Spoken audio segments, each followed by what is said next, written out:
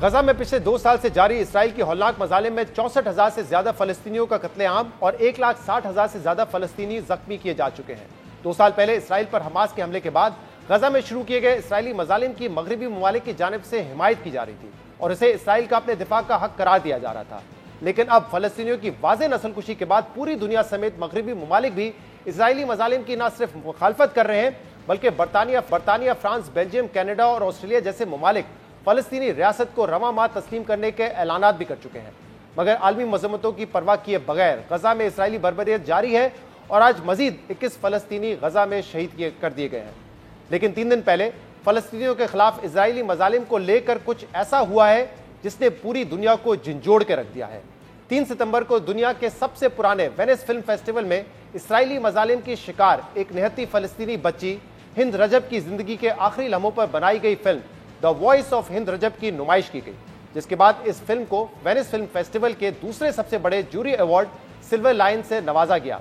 न सिर्फ ये बल्कि इस फिल्म ने तकरीब में मौजूद हाजरीन, फिल्म मेकर्स और साफियों को इतना मुतासिर किया कि फिल्म मुकम्मल होने के बाद रिकॉर्ड 24 मिनट, जी हां 24 मिनट तक तमाम हाजरीन खड़े होकर तालियां और सीटियां बजाते रहे और फलस्तीन की आज़ादी के नारे गूंजते रहे। फिल्म फेस्टिवल में किसी भी फिल्म की नुमाइश के बाद तालियां और सीटियां तो आमतौर पर बजती हैं, लेकिन the voice of Hind Rajab की नुमाइश के बाद ऐसे जज्बाती मरासिल देखे गए जो इससे पहले कभी भी नहीं देखे गए। बीबीसी के मुताबिक फिल्म की स्क्रीनिंग मुकम्मल होने के बाद लोग रो रहे थे, आए और सिसकियां भर रहे थे, कुछ की आंखें सुर्ख हो चुकी थी और हर कोई इतना गमगीन था कि वो बात करने के काबिल भी नहीं रहे थे। बीबीसी के मुताबिक ये फिल्म जहां भी दिखाई जाएगी वहां ऐसे ही गमगीन और जज्बाती मंजर देखने को मिलेंगे। ये फिल्म ट्यूनिस निजाद फ्रांसीसी डायरेक्टर कौसर बिन हानिया ने डायरेक्ट की है, जिसके एग्जीक्यूटिव प्रोड्यूसर में ब्रैड पिट और जैकलीन फिनिक्स शामिल है। और इस फिल्म में 5 साला फलस्तीनी बच्ची हिंद रजब के उन आखिरी लम्हात की असली ऑडियो शामिल की गई है जो कि गोलियों से छलनी कार में इमदादी कारकुनों को घंटों की कॉल के दौरान रिकॉर्ड की गई थी। आपको इस फिल्म का टीजर दिखाते हैं जिसने इंसानी रूह को झंझोड़ कर रख दिया है। यह था इस फिल्म का टीजर जिसने वेनिस फिल्म फेस्टिवल की तारीख का सबसे बड़ा स्टैंडिंग ओवेशन हासिल किया और पूरी ऑडियंस को अपने सहर में मुब्तला कर दिया। फिल्म फेस्टिवल में बैठी ऑडियंस के बेमिसाल रद्दमल के बाद मीडिया से गुफ्तगू करते हुए फिल्म की अदाकारा सजा किलानी ने कहा कि यह फिल्म किसी फैंटेसी पर बनी नहीं बल्कि एक सच है। हिंद की कहानी एक ऐसी बच्ची की कहानी है जो मदद के लिए पुकार रही थी। जबकि डायरेक्टर कौसर बिन हानिया ने कहा है कि हिंद रजब की कहानी जब उन्होंने पहली बार सुनी तो सोचा था कि उस पर ऐसी फिल्म बनाऊंगी जिससे एहसासात की तर्जुमानी कर सकूं। आपने फिल्म की अदाकारा और डायरेक्टर के जज्बात सुने, लेकिन हिंद रजब की मां आज भी इसराइली बमबारी और टैंकों के घेरे में है और हिंद रजब की तरह अपनी जान बचाने के लिए दुनिया को पुकार रही है। Hello, I am Wissam Hamada, Hind Rajab mother. I am still having मैं विसाम हम्मादा हूँ, हिंद रजब की माँ। मैं अभी तक इस बेहाना ख्वाब में जी रही हूँ। हम अभी तक इस जहन्नुम में जल रहे हैं। मैं इंतहाई कर्ब से ये बात कर रही हूँ। हमारे इलाके को इसराइली टैंकों ने अपने घेरे में ले लिया है। हमें ये जगह फौरी छोड़ देनी चाहिए, लेकिन हम जाएं कहाँ? इस वक्त शदीद गोलाबारी हो रही है। इस गोलाबारी से हमारे पैरों तले जमीन ऐसे लरस रही है जैसे कोई जलजला हो। ये मेरी मदद के लिए आखिरी पुकार हो सकती है।